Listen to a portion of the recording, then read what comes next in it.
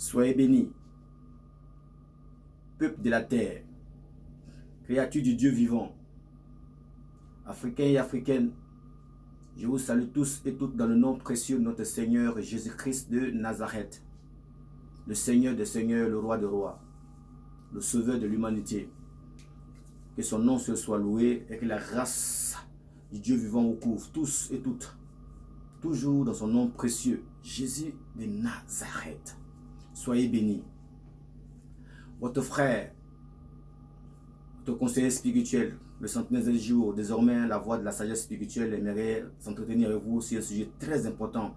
Je vous avais promis que j'allais vous démontrer par A plus B que ceux qui gèrent ce monde et ceux qui piétinent les peuples les plus faibles dans ce monde, j'allais vous montrer là où ils ont pigé la formule pour dominer tout le royaume et de gouverner tous les peuples de ce monde dans lequel nous vivons, ici bas sur terre, sous le ciel des humains. Alors suivez très bien mon regard, c'est important. Celui qui loupe cette vidéo là dans sa compréhension, mais il aurait loupé quelque chose de fondamental dans sa vie qui serait très important pour aujourd'hui, demain et éternellement. Je vais parler d'abord de son bien-être ici bas sur terre et après la mort de son corps ici bas sur terre, aussi pour son salut, donc dans l'au-delà. Alors écoutez-moi très bien, c'est important. Parce que quand on vit dans un monde, ou c'est un territoire, ou c'est un espace de terre,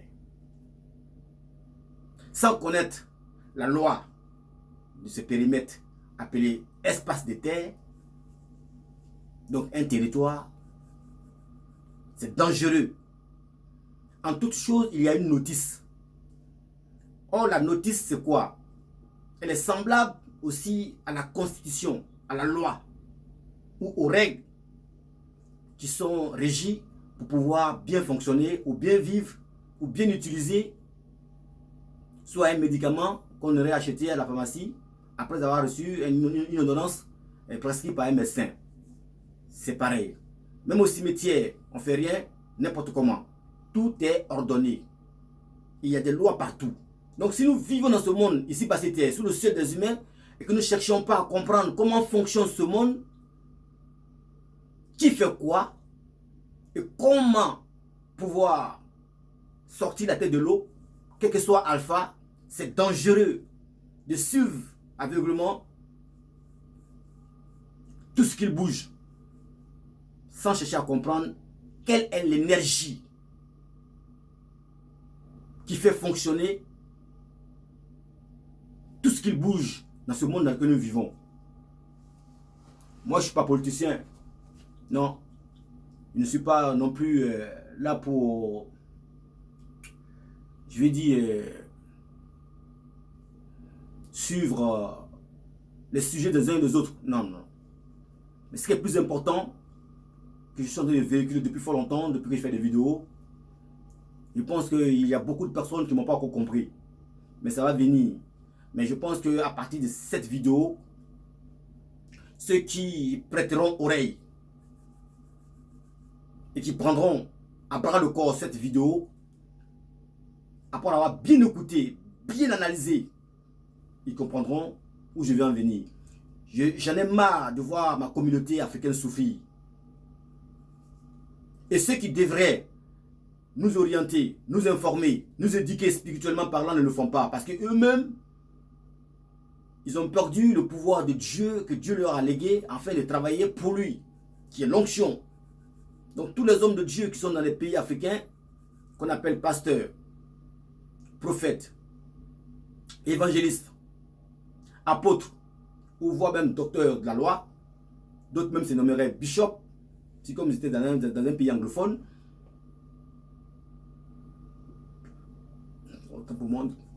et d'autres s'appelleraient aussi révérends. Ce sont ces personnes-là qui sont censées sécuriser, comme je l'ai toujours dit, dans un pays, ils sont les premières personnes qui sont portées garant et qui sont choisis, je dirais même par le Seigneur Jésus-Christ de Nazareth, parce que c'est le Fils qui choisit ces 5 ministères-là, d'accord, pour pouvoir sécuriser le pays sur le plan spirituel, y compris la population.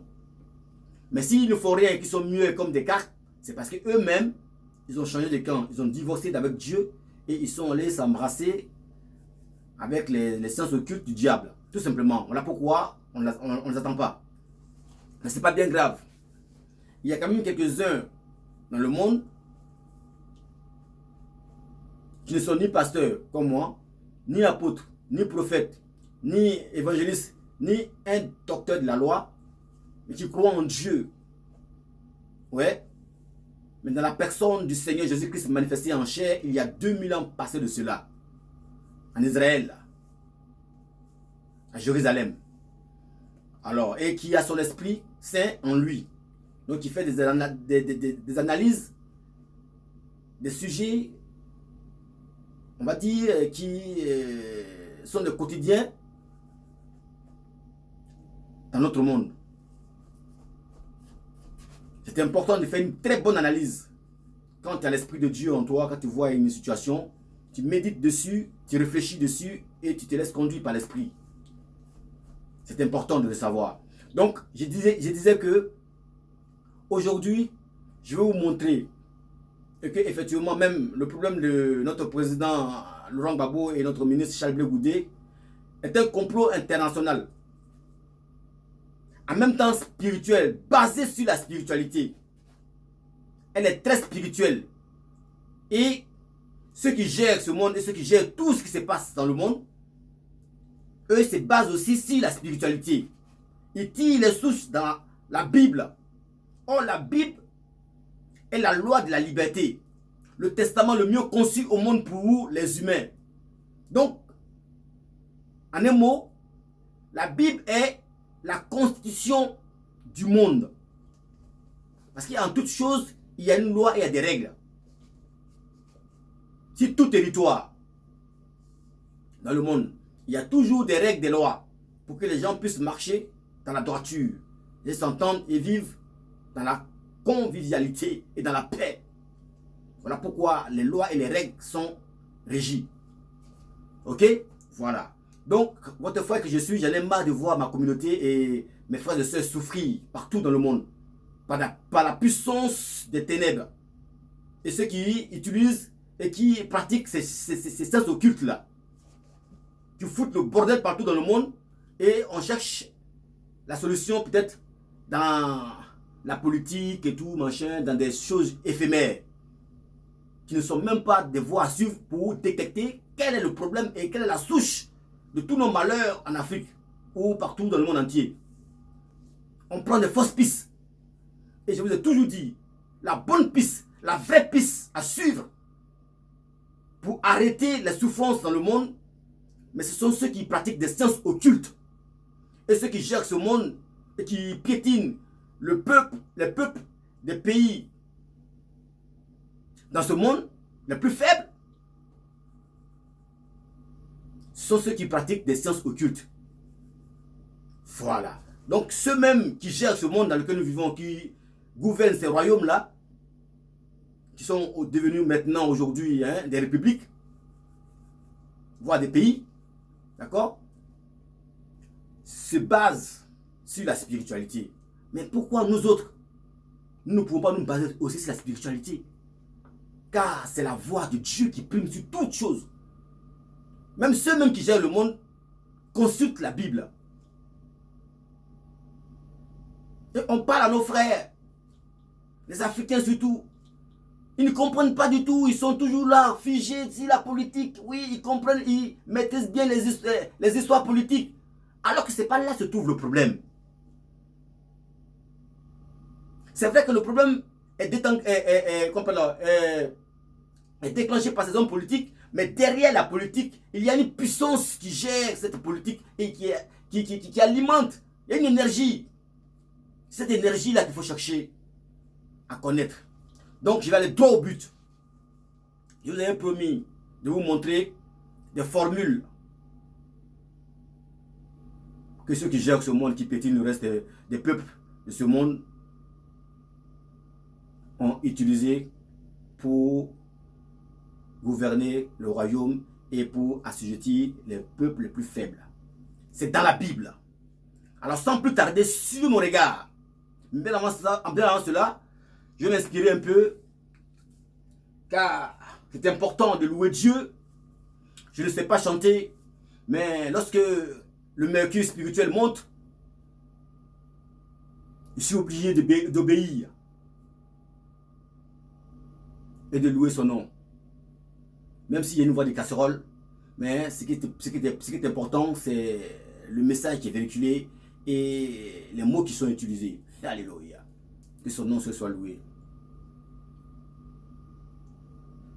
Le Dieu qui a pris pitié de nous, celui qui a donné sa vie, celui dont le sang a coulé, et celui qui nous pardonne nos péchés. Il n'y en a pas 50. Oui, il n'y en a pas 50. C'est Jésus. Oui, c'est Jésus, Jésus-Christ, Dieu de Dieu. Il n'a pas changé Jésus, roi des rois. Il n'a pas changé mon roi là. Seigneur Jésus là, il n'a pas changé ce qu'il a fait autrefois. Il le fait encore ce qu'il a fait autrefois là. Il le fait encore de nos jours. Il guérit encore de nos jours. Il bénit encore de nos jours. Il libère encore de nos jours. Il purifie encore. Moi je lui ai donné ma vie. Moi je lui ai confié mon âme. Moi je lui ai donné ma vie. Moi je lui ai confié mon âme. Moi je lui ai donné ma vie. Moi je lui ai confié mon âme. Et toi mon frère, et toi ma soeur, et toi mon frère, et toi ma soeur. Dis-moi, dis-moi, dis-moi, à qui t'as confié ta vie, à qui t'as confié ton âme, à qui t'as confié ton esprit. Dis-le moi, mon frère. Dis-le moi, ma soeur. Dis-le moi, à qui t'as confié ta vie, à qui t'as confié ton âme, à qui t'as confié ton esprit. Et si tu veux un conseil, confie-toi en Jésus. Si tu veux un conseil, confie-toi en Jésus. Jésus, c'est le roi des rois. Jésus-Christ, c'est le prince de la paix. Jésus-Christ, c'est le Dieu des dieux. Jésus-Christ, c'est le Dieu tout-puissant. Ouais. Je bénis son nom. Papa Yahvé, je bénis ton nom. Seigneur Jésus, je bénis ton nom. Mon Dieu, mon roi, je bénis ton nom tout-puissant. Ton nom glorieux. Ton nom précieux. Que son nom se soit loué et glorifié à perpétuité. Alors sans plus tarder, je vais vous démontrer par A plus B où ceux qui gèrent ce monde, qui gouvernent le royaume et qui ont toutes les gloires, qui piétinent tous les autres peuples plus faibles dans ce monde, ont pigé l'actus ou la formule pour assujettir et pour toujours régner, afin que vous puissiez comprendre que c'est la spiritualité qui contrôle toutes choses. Il faut le comprendre une fois pour de bon. C'est la spiritualité, ce n'est pas la politique, c'est simplement la politique. Mais derrière la politique, il y a une puissance, une énergie qui gère et qui permet à tout le peuple d'être assujetti, d'être hypnotisé et de ne rien dire, même quand bien même que ça ne va pas. Alors, sur mon regard, je vais vous raconter un peu l'histoire pour essayer d'illustrer un peu et d'ouvrir un peu votre esprit. C'est important. Il y a dans la Bible où ils ont pigé des formules pour dominer et pour gérer le royaume et pour assujettir tous les peuples faibles. La Bible, comme je vous l'ai dit au départ, est la constitution du monde. C'est dans la Bible qu'ils ont pigé cela. Il y a l'histoire de Jésus-Christ de Nazareth. Après qu'il fut baptisé par Jean-Baptiste dans le fleuve de Jourdain, la Bible dit qu'il fut conduit par l'Esprit au désert pour jeûner pendant 40 jours et 40 nuits et après être tenté par le diable. Il y a eu une conversation importante avec le Seigneur Jésus-Christ de Nazareth et le diable Lucifer. Pendant que le diable tentait Jésus-Christ de Nazareth, et c'est l'Esprit de Dieu, donc c'est Dieu lui-même, donc Jésus-Christ lui-même, comme il s'est lu dans les pensées des gens, la Bible dit qu'il a été conduit par l'Esprit, donc ça veut dire qu'il a fait exprès, parce qu'il a lu dans la pensée du diable ce qu'il voulait faire. Alors il allait vers lui pour lui dire, même que ce soit Alpha, que j'ai pris un corps humain, tu ne pourras jamais, jamais, jamais prendre ma place. Que ce soit Alpha, tu ne pourrais jamais, jamais, jamais, jamais, jamais te laisser faire quoi que ce soit au-dessus de moi. C'est important. Voilà. Alors, il fut conduit par l'Esprit dans le désert et le tentateur, comme le dit la Bible, arriva vers Jésus-Christ et il lui dit, si tu es vraiment fils de Dieu, ordonne que ces pierres se transforment en pain. Et le Seigneur Jésus-Christ prit la parole, comme ceci de le faire.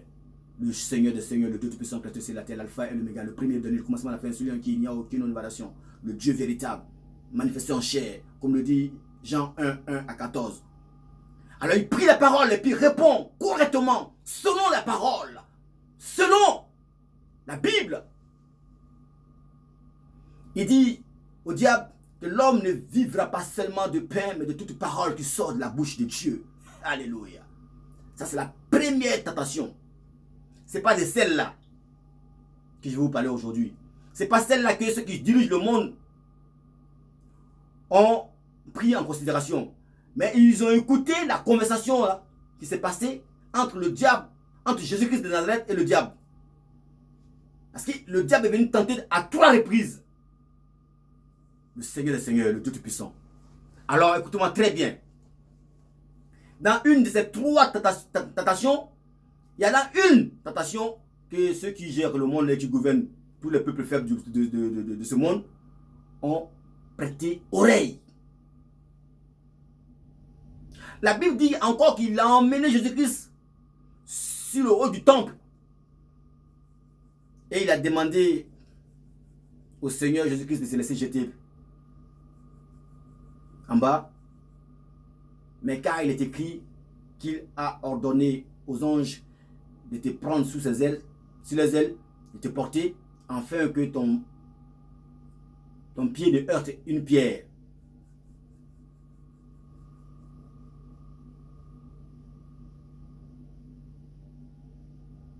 Et Jésus-Christ prit la parole et dit, il est écrit que tu ne tenteras pas ton Seigneur, ton Dieu. C'est pas celle-là. Mais c'est la 3e tentation là. Ça peut être la 2e ou la 3e. Mais parmi ces 3 tentations, il y en avait une que ceux qui gèrent ce monde ont bien écouté. Ils ont prêté oreille. C'est pour cela que vous aussi, il est important que vous prêtez oreille pour mieux comprendre. Et que c'est la spiritualité qui gère toutes choses dans ce monde. Celui qui n'est pas connecté à la bonne connexion. Car il y a 2 connexions. Comme partout ailleurs. Bonne plus et bonne moins. La connexion négative et la connexion positive. Alors, c'est dans le livre de Matthieu 4, versets 1-8. Je vais vous lire la tentation là où c'était important, où il y a la conversation très importante que le diable a dégagée, a proposé au Seigneur Jésus-Christ de Nazareth. Et ceux qui gèrent ce monde, ceux qui sont dans les loges, et qui prient, on ne sait pas qui prie là-bas, on ne sait pas qu'est-ce qu'ils font là-bas, ont pris en considération.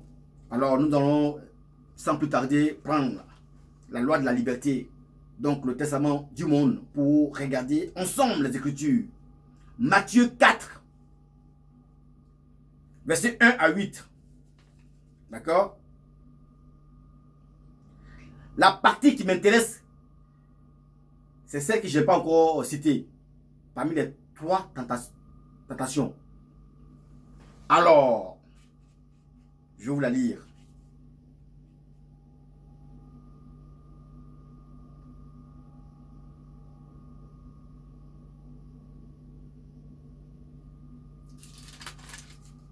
Matthieu 4, verset 1.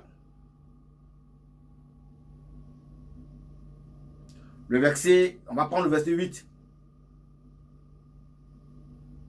Voilà.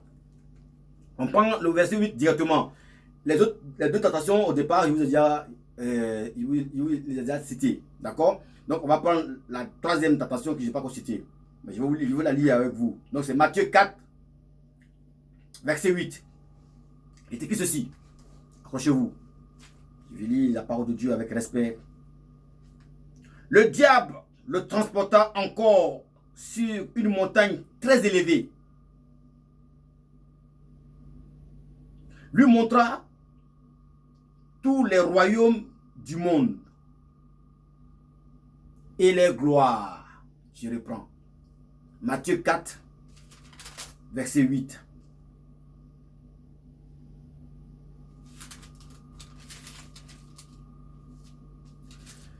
Le diable le transporta encore sur une montagne très élevée.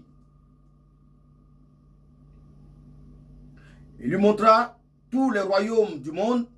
Écoutez bien, hein, tous les royaumes du monde et les gloires.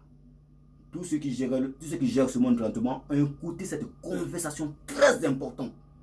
Ils ont dit, ah bon, attention, écoutons très bien, car le diable est en train de montrer tous les royaumes et les gloires à Jésus-Christ de Nazareth. Qu'est-ce qu'il va lui proposer? Écoutez très bien. Donc, le diable le transporta encore sur les montagnes très élevées, lui montra tous les royaumes du monde et les gloires, et lui dit, je te donnerai toutes ces choses. Donc, ces royaumes et ces gloires-là, le diable dit qu'il donnera toutes ces choses-là à Jésus-Christ de Nazareth. À quelle condition?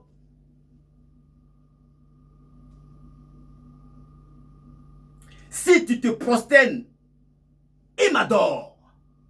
Voici la condition. Si Jésus-Christ, le diable dit, oh mais il ne sait même pas à qui il parle. Il dit à son patron,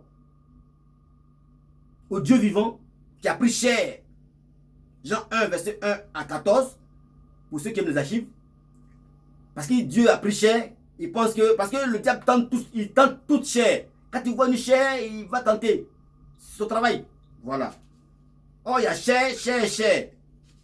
C'est pas toutes les chairs on tente, mais c'est pas toutes les chairs on mange. Donc voilà. Oh, mais c'est pas possible. C'est ça qui vous parle là. Ils ont écouté ce qui gère ce monde là, ils ont écouté cette conversation là. Ils ont dit, ah bon? Ah, d'accord. Donc, si tu te prosternes, lui dit le diable à Jésus-Christ, et m'adore,